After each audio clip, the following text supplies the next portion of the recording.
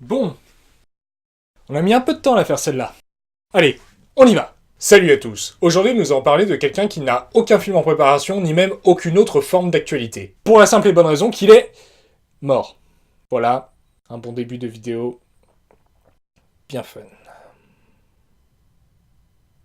Aujourd'hui, on va vous parler d'un très grand monsieur des effets spéciaux. Et attention, on ne parle pas de personnages créés par ordinateur ou de n'importe quel autre élément créé en post-production. Ça, ce sont les effets visuels. Là, on parle de ce que les Américains appellent special effects ou practicals. Des maquillages et costumes spéciaux, des fausses pluies, des explosions, des voitures tractées ou propulsées pour faire des tonneaux, des maquettes, bref, tous les effets faits en vrai. Mais lui, s'est surtout concentré sur la création des créatures en tout genre. Intéressons-nous donc à Stan Winston et à son héritage. Stan Winston est né en 1946 dans l'état de Virginie. En 1968, il obtient un diplôme dans le domaine de la peinture et de la sculpture. Et là, il décide de changer complètement de carrière. Il essaye de devenir comédien et se met par exemple à faire du stand-up. Mais il n'a pas réussi, du coup il a rechangé de carrière. En 1969, visiblement il a très vite perdu l'envie de devenir comédien. Il a étudié l'art du maquillage au sein des studios Disney. Et visiblement ça lui a bien plu parce qu'après ça sa carrière est allée relativement vite. Dès 1972, Stan Winston crée sa propre société d'effets spéciaux, le Stan Winston Studio. Il a pas dû mettre des heures à trouver le nom.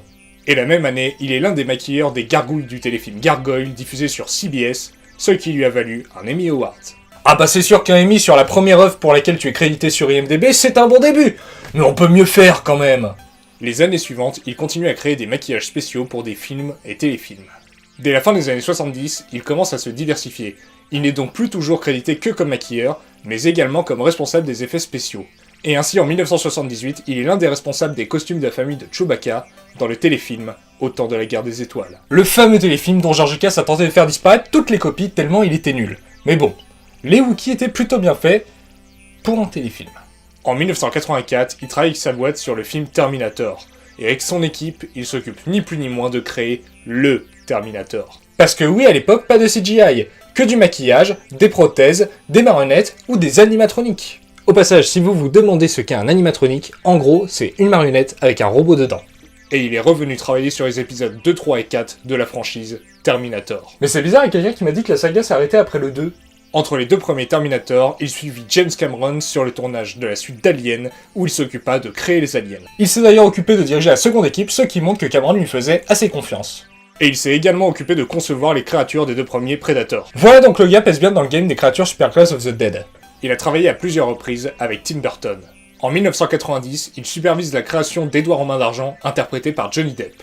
En 1992, il supervise les effets spéciaux de Batman Returns, avec notamment le pingouin, interprété par Danny DeVito, qui est putain de classe. Et bien plus tard, en 2003, il supervise les effets spéciaux de Big Fish. En 1993, il met un pied dans le monde des effets visuels. En effet, avec James Cameron et Scott Ross, un ancien d'ILM, la boîte d'effets visuels de Lucasfilm.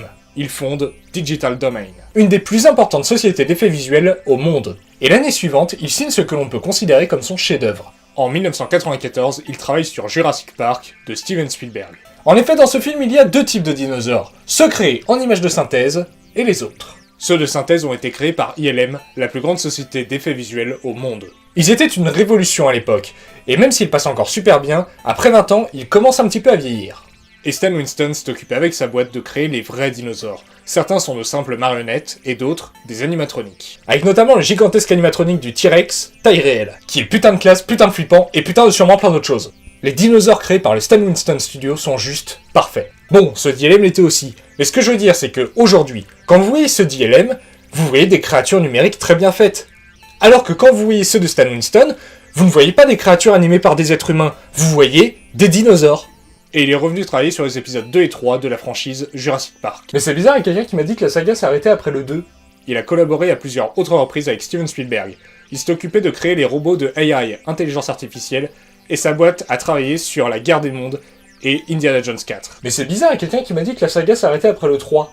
En 2005, sa boîte a travaillé sur le film Zathura de Jon Favreau. Et 3 ans plus tard, ils ont à nouveau collaboré ensemble sur un film qui a changé l'industrie du cinéma. Mais cela dit, il a bossé sur beaucoup de films qui ont marqué l'histoire du cinéma. Ce film, c'est Iron Man des studios Marvel. Stan Winston et son équipe se sont occupés de créer les fameuses armures en se basant sur le travail du dessinateur de comics Adi Glanov. Et oui, à l'époque, les armures de Tony Stark n'étaient pas tout le temps créées en images de synthèse. Dans ce film, Robert Downey Jr. et sa doublure cascade portaient généralement des armures complètes. Il a enfin travaillé sur le film Avatar et s'est éteint en 2008 suite à un cancer. Voilà donc pour la présentation des œuvres les plus célèbres de ce grand monsieur. Maintenant j'aimerais vous parler de son héritage. Et ça on en parle juste après le générique, c'est-à-dire dans... Ah bah voilà, on en parle maintenant. Le Stan Winston Studio a disparu avec son créateur, mais plusieurs de ses disciples ont décidé de fonder le studio Legacy Effects, qui en soi est la continuation du Stan Winston Studio. Ils ont continué entre autres à travailler avec Marvel Studios en construisant les différentes armures d'Iron Man, que ce soit les bouts d'armure portés par Robert Downey Jr., ceux utilisés comme référence lumière sur le plateau, et les modèles miniatures servant de référence aux sociétés d'effets visuels.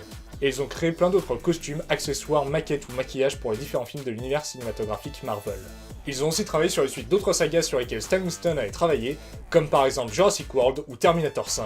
Mais je croyais qu'ils n'existaient pas ces films, ainsi que d'autres gros films comme les 2 derniers Twilight, X-Men Days of Future Past et X-Men Apocalypse. Bon, là c'est quand même des meilleurs films, et les maquillages sont super cool et super réalistes. Le reboot de Robocop, très bon film même si beaucoup le critiquent, et clairement les armures sont magnifiques. Pacific Rim, Real Steel. Ouais, clairement ils maîtrisent très bien tout ce qui est armure de combat bien classe. L'Odyssée de Pi, les zombies de World War Z. Bref, ils en ont fait plein d'autres.